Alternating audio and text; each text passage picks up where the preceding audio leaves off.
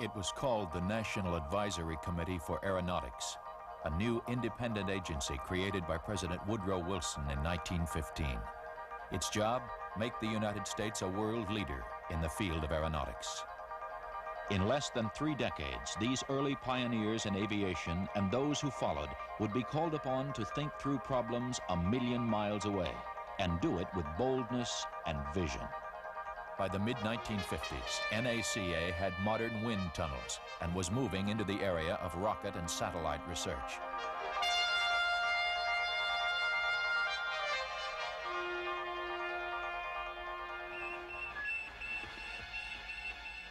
Then on October 7, 1957, the US and the rest of the world were greeted by the sounds of Sputnik 1. The Soviet Union had placed the first artificial satellite into orbit. It would not be until early the following year that America's satellite, Explorer 1, successfully orbited the Earth and discovered a dense belt of radiation surrounding our planet. Who would have believed at this early stage that we would one day move out from the thin ribbon of Earth's atmosphere to the very edge of our solar system and beyond? Project Mercury, the country's first manned spaceflight program, was given the go-ahead just 1 week after NASA was formed on October 1st, 1958.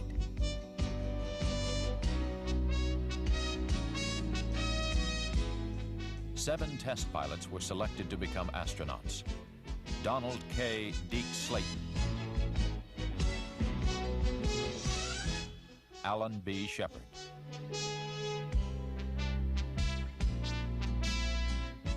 Walter M. Schirra, Virgil I. Gus Grissom, John H. Glenn, Jr., Leroy Gordon Cooper, and Malcolm Scott Carpenter. The 7 new astronauts spent months and months undergoing rigorous testing and training.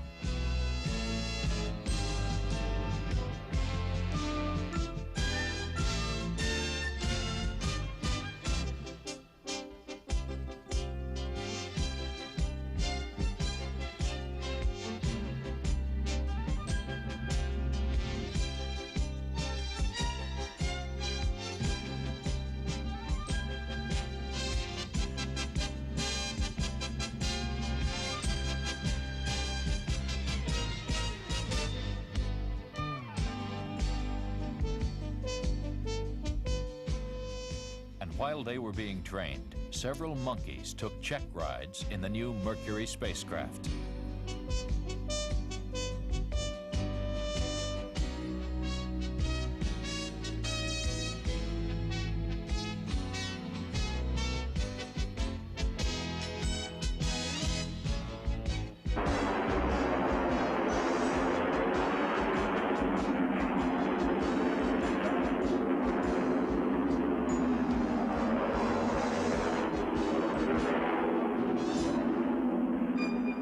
Meanwhile, the orbiting of unmanned satellites became more and more commonplace, and weather watchers like Tyros found a permanent place in our daily lives by improving weather forecasting capabilities.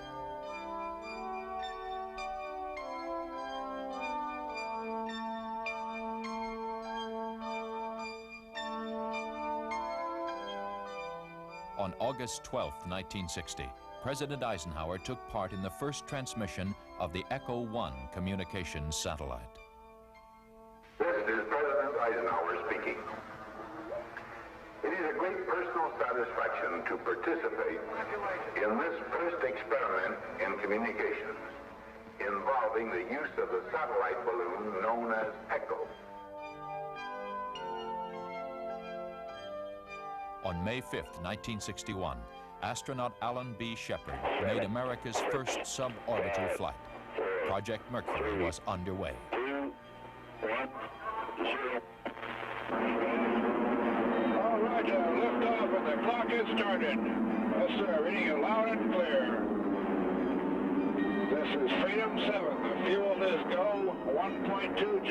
Cabin at 14 PSI. Oxygen is go. Cabin pressure is holding at 5.5.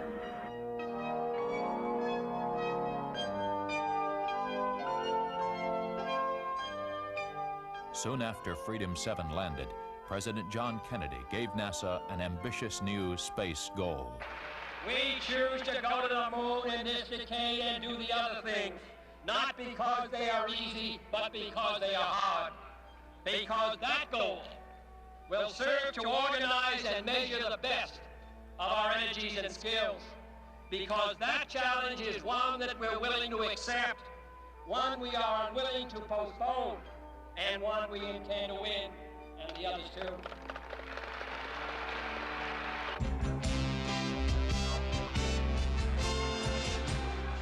After Alan Shepard and Gus Grissom's test flights, 4 other American astronauts orbited the Earth in Mercury spacecraft, starting with John Glenn. He was followed by Scott Carpenter, Wally Schirra, and Gordon Cooper.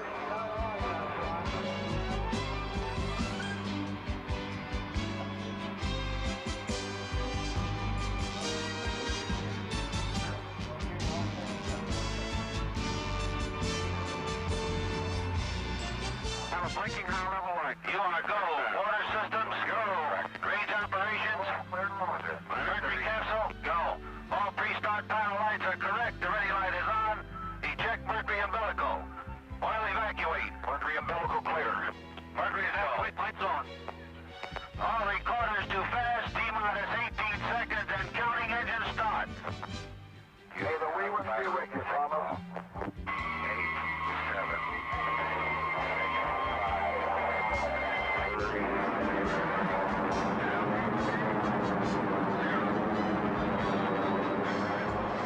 As NASA geared up to respond to the lunar commitment, it became clear that new management techniques for handling far-flung systems manufacture and final integration would have to be developed. Clear also was the fact that state-of-the-art electronics and computers would be pushed to the limit. Unknowns about the moon were numerous. Such things as whether an astronaut would sink into dust over his head were a real concern. Lunar impact studies like these were carried out in an attempt to learn. Researchers fired projectiles simulating meteors hitting the moon into sand-like and rocky materials, and then measured how much material was thrown out by the impact.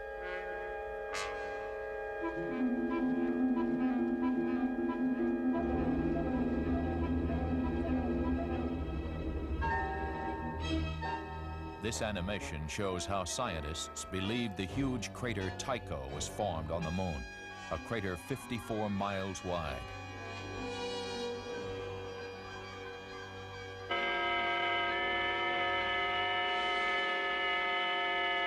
A series of picture-taking Ranger spacecraft slammed into the moon.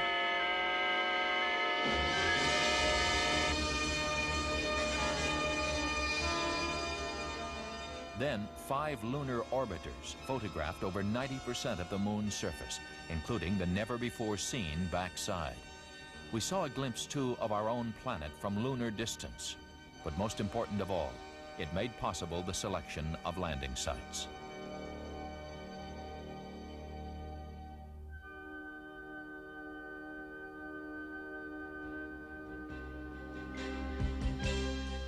Six Surveyor spacecraft made soft landings on the moon over a 2-year period. A robot arm dug a trench. Lunar soil was like wet sand. Men and equipment could safely land there.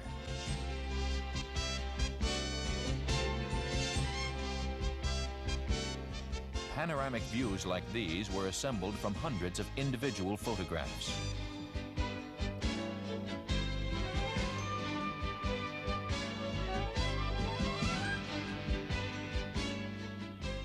Communications via satellite exploded into a whole new industry.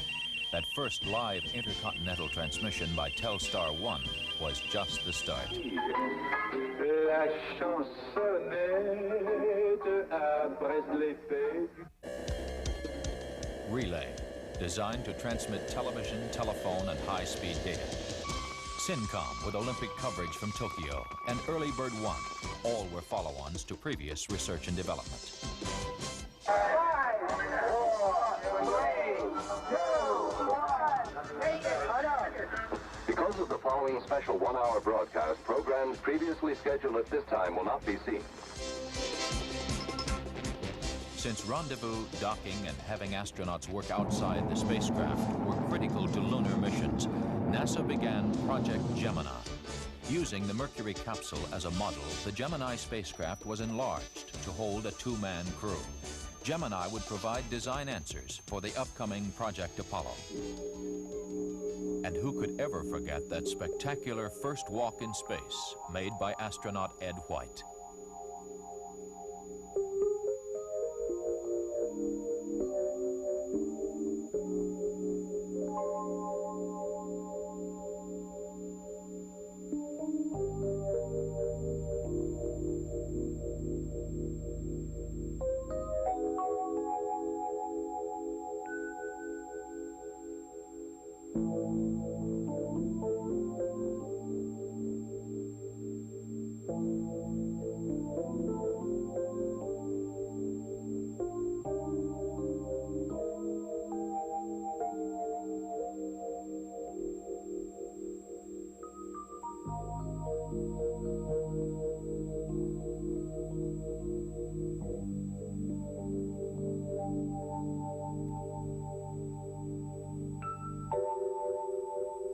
Ten times pairs of astronauts flew into orbit, walking in space, rendezvousing, and docking.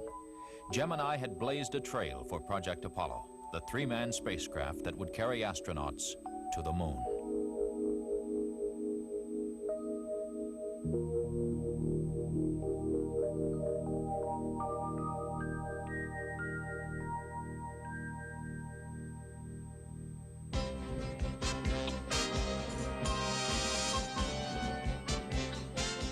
More than 8 years were poured into designing, building, testing, and preparing astronauts, rockets, and spacecraft for the first lunar landing. Here's a visual look back at some of that preparation.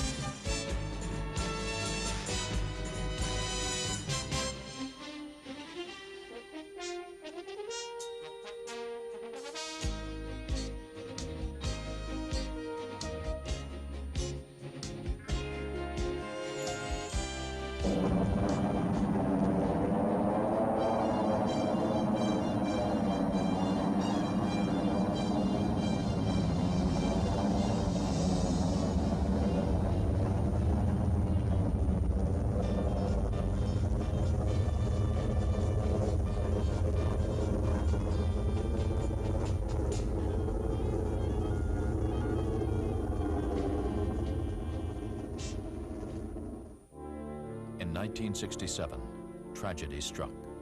The nation mourned the loss of the crew that would have flown the Apollo spacecraft on its maiden voyage. Astronauts Gus Grissom, Ed White, and Roger Chaffee died in a flash fire as they were conducting pre-flight tests on the launch pad. The manned flight schedule was delayed 18 months as the command module underwent redesign.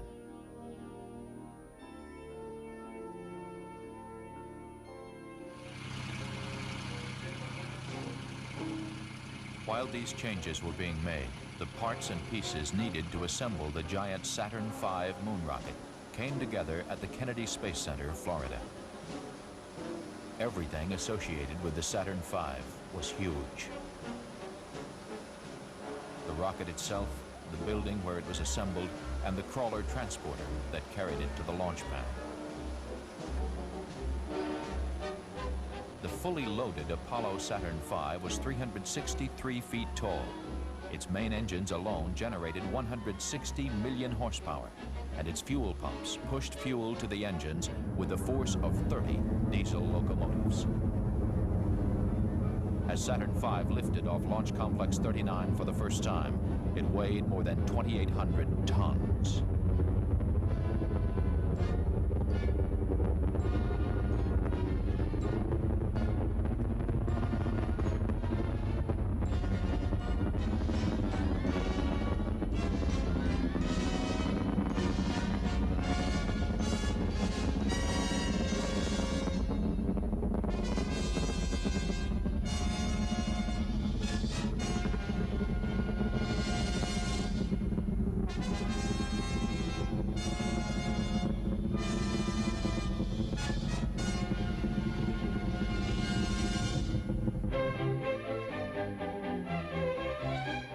The pace quickened.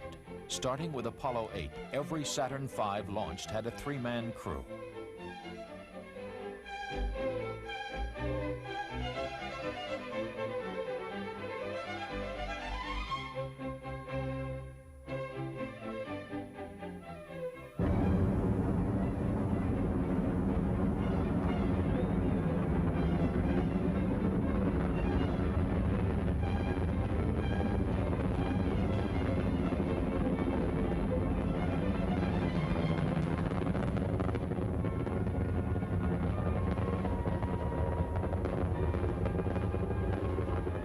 Two days before Christmas in 1968, astronauts Borman, Lovell, and Anders became the first humans to pass out of Earth's gravitational control and into that of another body in the solar system, the Moon. The hardware to travel to the Moon had worked well, and landing sites looked good. Our Earth seemed small and fragile, hanging in the vastness of space. This view of ourselves from lunar distance would change the way we think about Earth for all time. It raised profound questions, especially those associated with the Earth's finiteness and unlimited resources. The next two flights, Apollos 9 and 10, would continue dress rehearsals for the first lunar landing. All systems were indeed ready.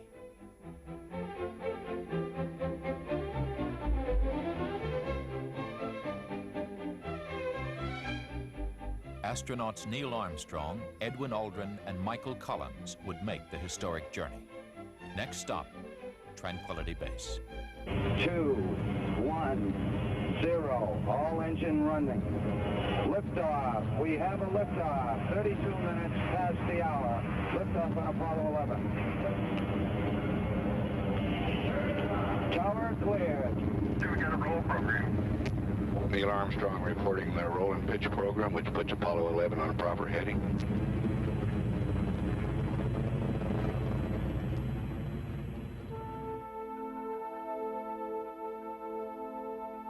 Houston, Apollo 11 is calling you on the high gain. How do you read, over? Roger, loud and clear on the high gain. Eagle, you're looking great. Coming up 9 minutes. We're now in the approach phase. Everything looking good. Altitude 4200. Houston, you're go for landing, over. 30 feet down, 2.5. Picking up some dust. 30 feet, 2.5 down. Straight shadow. 4 forward. 4 forward, drift into the right a little. 30, now and a half. 30 seconds forward, just. Good. Okay.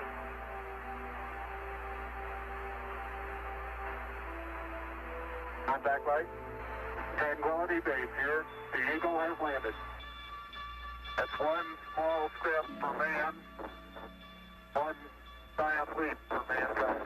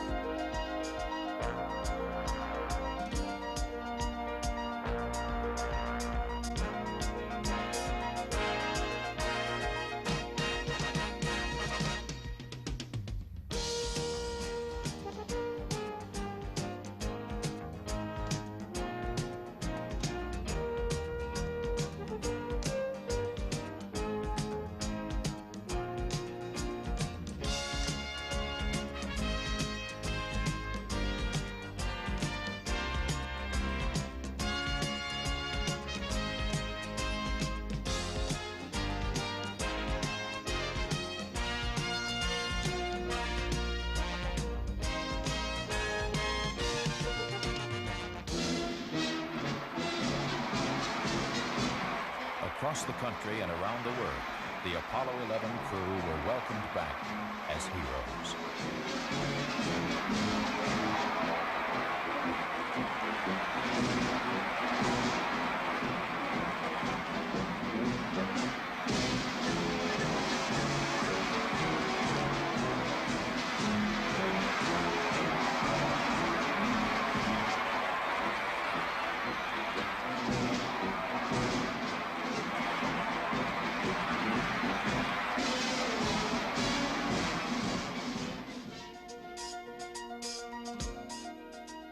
Meanwhile, more than 100 scientists from here and abroad began intensive studies of the lunar samples.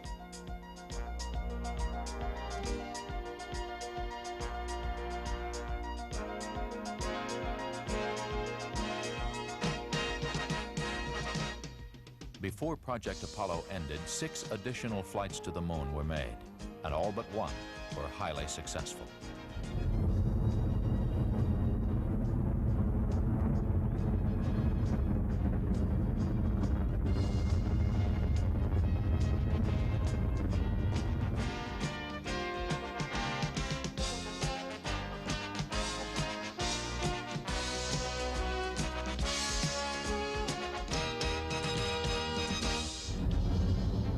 Skylab was the next manned spaceflight.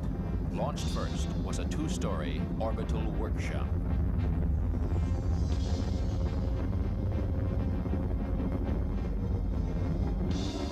Then the first of 3 three-man crews departed to meet, join, and begin living in the orbiting laboratory. Those crews would stay 28, 59, and 84 days respectively. One of the major objectives was to find out if astronauts could physically withstand extended stays in space and continue to do useful work there. The answer was a resounding yes. Experiments in astronomy,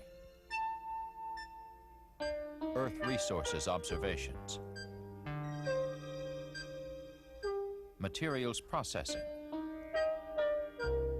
and crystal growth all proved highly successful.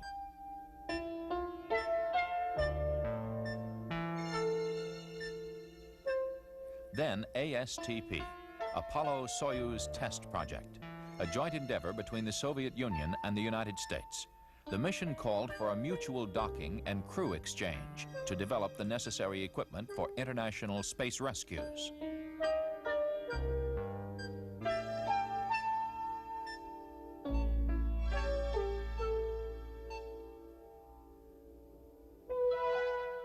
Before, during, and after Apollo, Skylab, and ASTP, NASA's unmanned planetary programs were giving scientists exciting new glimpses into the history of the solar system, from early explorers to the infrared astronomy satellite.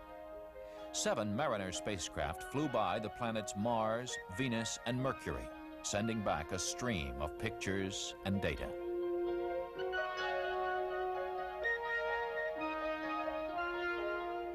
10 Pioneer spacecraft did likewise, including Jupiter flybys and probes through the atmosphere of Venus.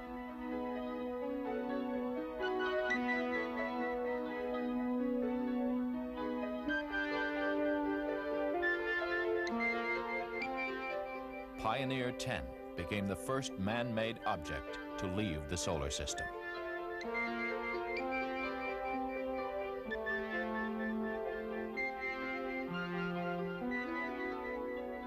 Atmosphere physics, astronomy, meteorology, and geodesy. These are just a few of the scientific disciplines studied by dozens of Explorer-class orbiters through the years.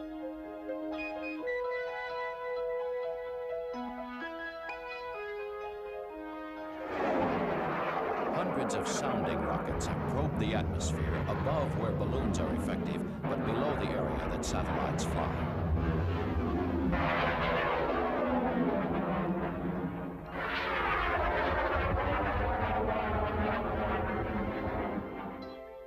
Biosatellite was sent aloft to answer basic biological questions. Will cells divide normally while weightless? How does zero-G affect plant growth? would radiation and weightlessness be a hazard on long-duration space flights? Everything from plants to primates were orbited aboard biosatellite to find out.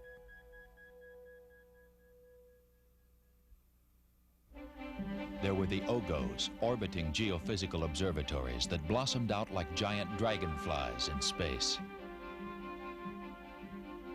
OSO, orbiting solar observatories, studied our sun and its influence on Earth.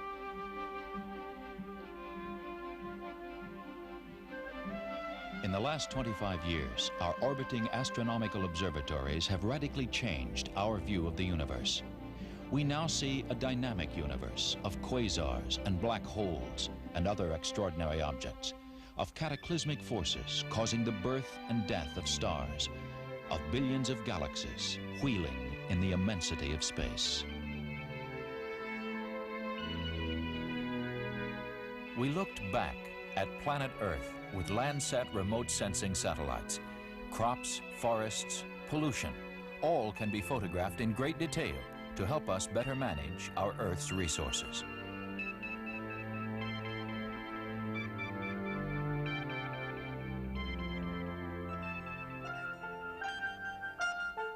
The Viking program was a systematic effort to investigate the planet Mars. 2 separately launched Viking spacecraft, made up of a pair of orbiters that would photograph from above the planet, and twin landers built to descend to the Martian surface, spent 11 months and 420 million miles traveling to the mysterious red planet. The lander's robot arm conducted chemical and biological tests on the soil in a search for life forms. Martian weather and seismic reports were also sent back routinely. Cameras began returning pictures, thousands of pictures.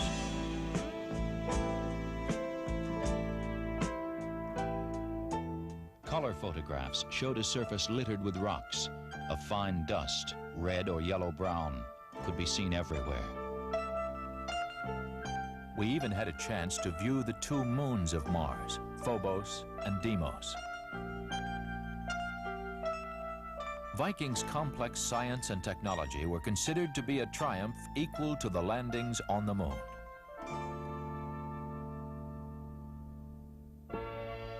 Two unmanned Voyager spacecraft carried a record with the sights and sounds of Earth, just in case they encounter a cosmic neighbor along the way. Their interplanetary journey was designed to take them past Jupiter and Saturn, and eventually one Voyager was to pass close to Uranus and Neptune. Voyager's sensors recorded Jupiter's intricate weather patterns and detected massive lightning bolts in its churning cloud tops. It took 40 minutes for a signal from Voyager passing Jupiter to be received by mission controllers at the Jet Propulsion Laboratory, so the spacecraft had to be essentially automatic. Voyager also took a good look at Jupiter's largest moons. There's Io with its active volcanoes. Europa. Ganymede, the largest moon, appears to be a mixture of rock and ice. And Callisto, probably the oldest of the 4.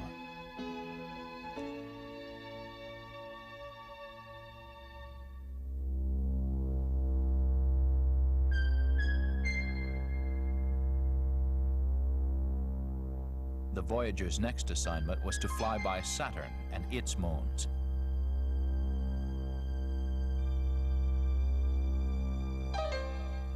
Saturn's vast ring system is made up of many small particles that orbit the huge planet in wave-like patterns.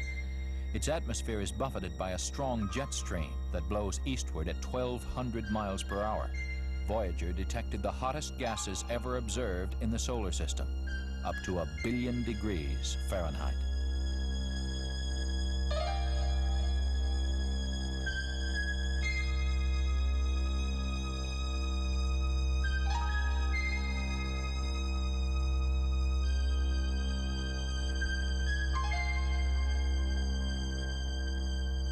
As of now, 2/3 of the planets in our solar system have been explored, and by the end of this decade, we will have explored most of the rest, including Uranus and Neptune.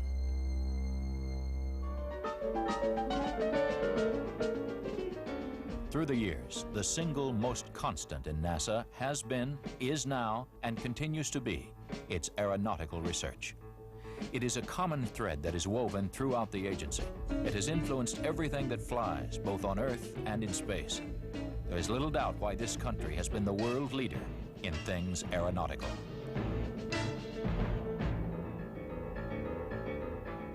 Here are some of the goals of the program. Make aircraft more energy efficient. Fly higher, faster, and farther on less fuel. Lower pollution. Systematic improvement of engine components. Reduce weight through use of light but very strong composite materials. Study problems associated with wake vortices, tornado-like patterns of air that trail off behind jet aircraft, causing problems for smaller planes following closely in their wake. Airplanes are America's leading industrial export, thanks to NASA's research and development programs.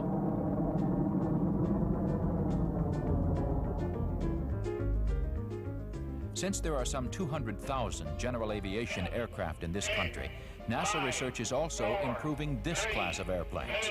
Crashworthiness and stall spin studies are good examples.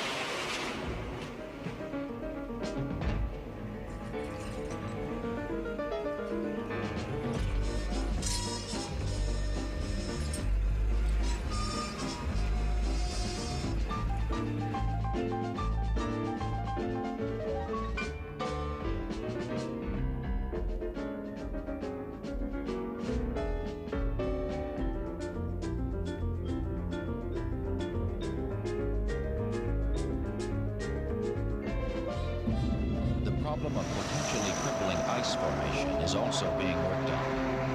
The heart of this research is a unique refrigerated test tunnel capable of simulating the icing conditions an aircraft is likely to encounter. Once a test has been run, newly developed computer codes are used to evaluate the results.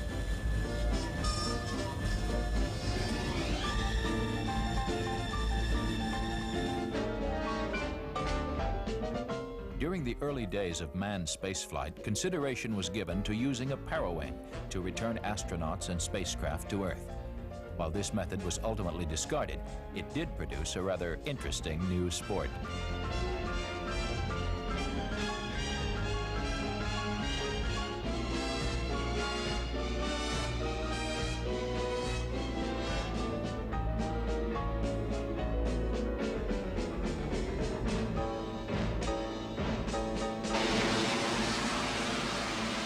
There has been extensive work done on planes that take off and land vertically.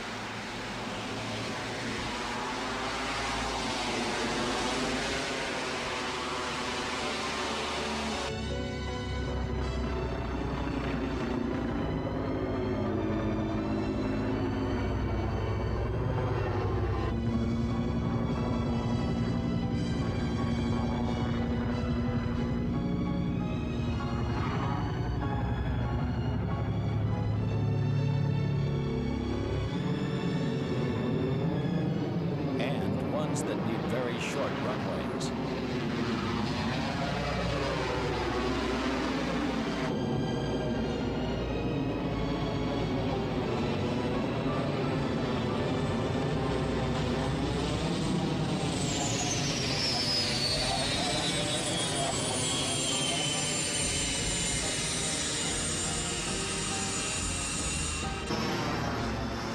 Hybrids that are combinations of airplane and helicopter. And oblique wing craft that reduce air drag by pivoting the wing at various angles to the plane's fuselage.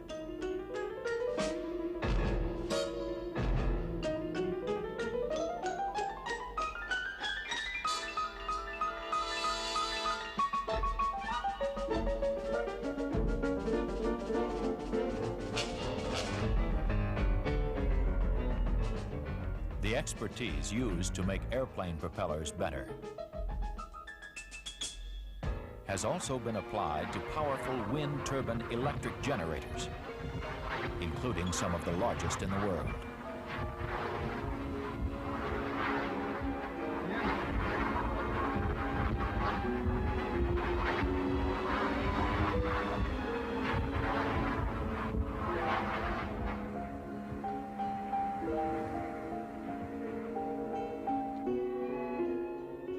NASA's Aeronautical Research was the seed from which the space program would grow.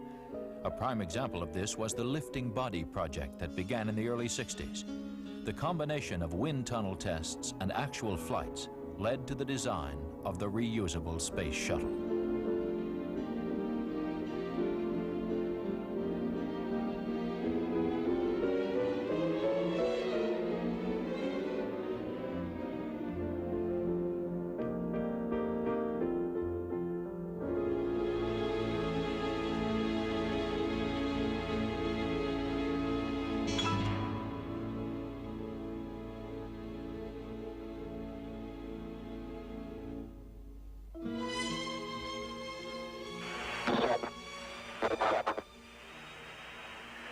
When the design and wind tunnel work was complete, a series of approach and landing tests were scheduled.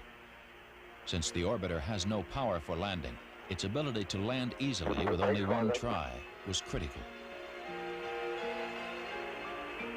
Gears coming.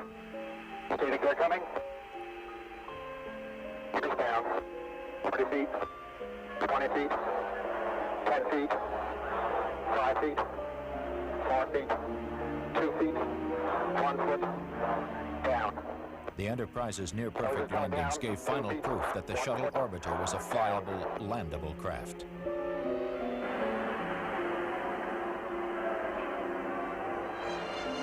The years of research and development would now be put to the ultimate test, the first flight into space of Shuttle Columbia with astronauts at the controls.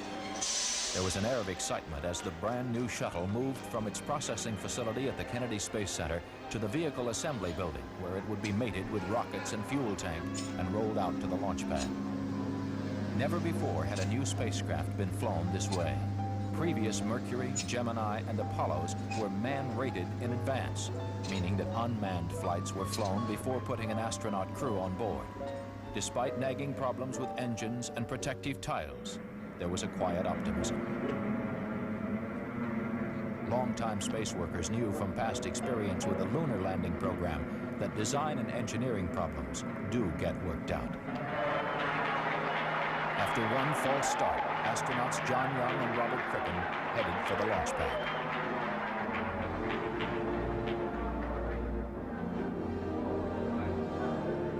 30 seconds. That goes into the interior, and the astronauts are required Columbia's to maiden crawl flight on would their be hands brief, and knees just through that 54 and a door. half hours, Astronaut 36 Bob orbits, Crippen and has return to also Earth. completed his But it suiting signaled up the beginning process. of a The reusable suit space technician transportation is system. checking to ensure that everything is in the proper place. 10, 9, 8, 7, 6, 5, 4. We've gone for main engine start. We have main engine start.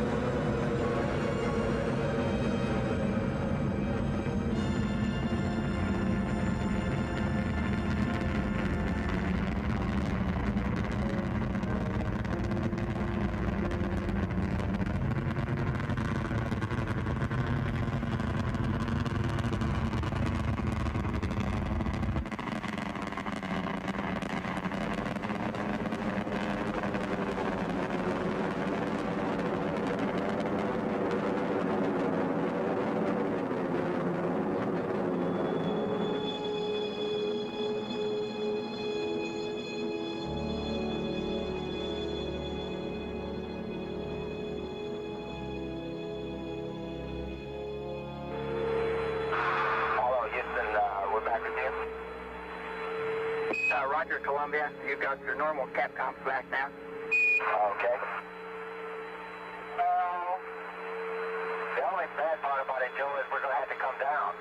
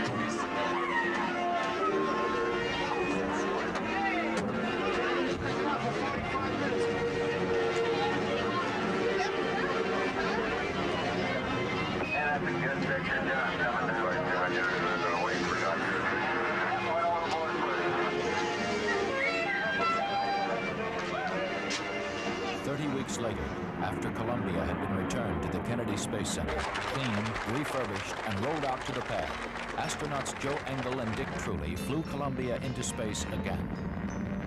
While an imaging radar system mapped distant Earth, the crew made a critical test of a Canadian-developed mechanical arm that would later place payloads into and out of orbit. Okay, we copy. Thank you.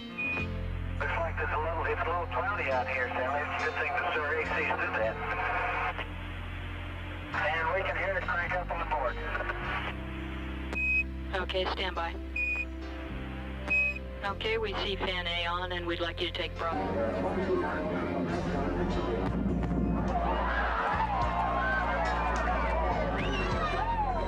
As Columbia landed the second time, the circle was complete. A new generation of space travel had begun.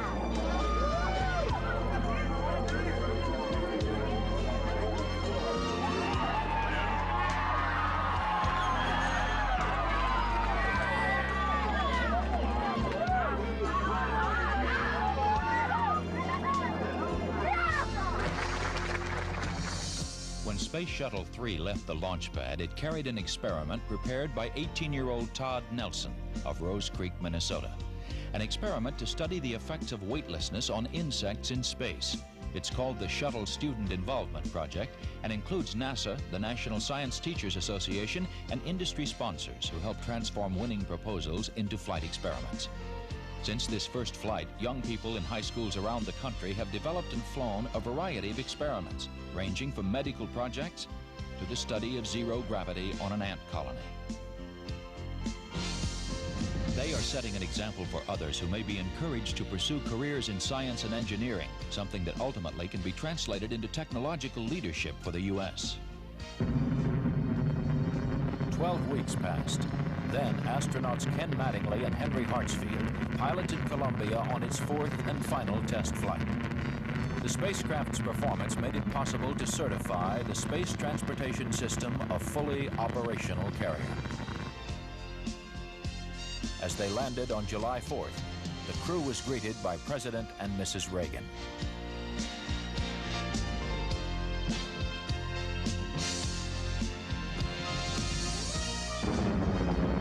Space Shuttle 5, the first operational flight. 2 commercial communications satellites were hauled into orbit, one for satellite business systems and one for Telesat of Canada. Their deployment was a complete success. If you got it, you don't have it, obviously. I got it. Space Shuttle 6 was the second operational mission and Flight 1 for Challenger, this country's newest spacecraft. After launching a 5,000-pound tracking and data relay satellite from the payload bay, mission specialist astronauts Story Musgrave and Donald Peterson became the first Americans in 9 years to walk in space. Practice needed for satellite repair work. I'm due for my massive article. Rotate around and get it on the right side. Yeah. Big caddy up here where it says tape on the left-hand door. Yeah. Mission 7 carried a crew of 5 into space, including America's first woman astronaut, Sally Ride. For main engine start, we have main engine start and ignition and liftoff. Liftoff of STS-7 and America's first woman astronaut. And the shuttle has cleared the tower.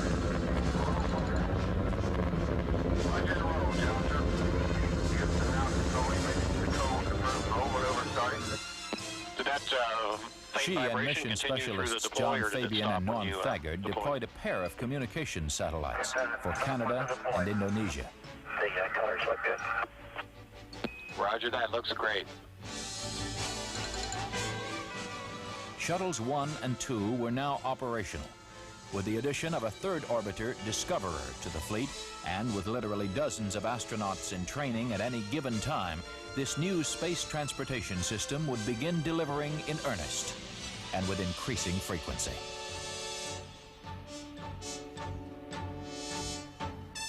Opening a new era in science is Spacelab, where scientists from around the world work together in a unique international research center aboard NASA's Space Shuttle.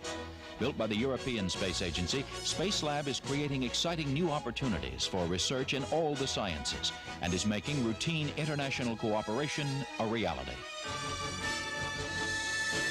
Looking farther ahead, there's the Space Telescope that will expand our vision almost to the edge of the universe.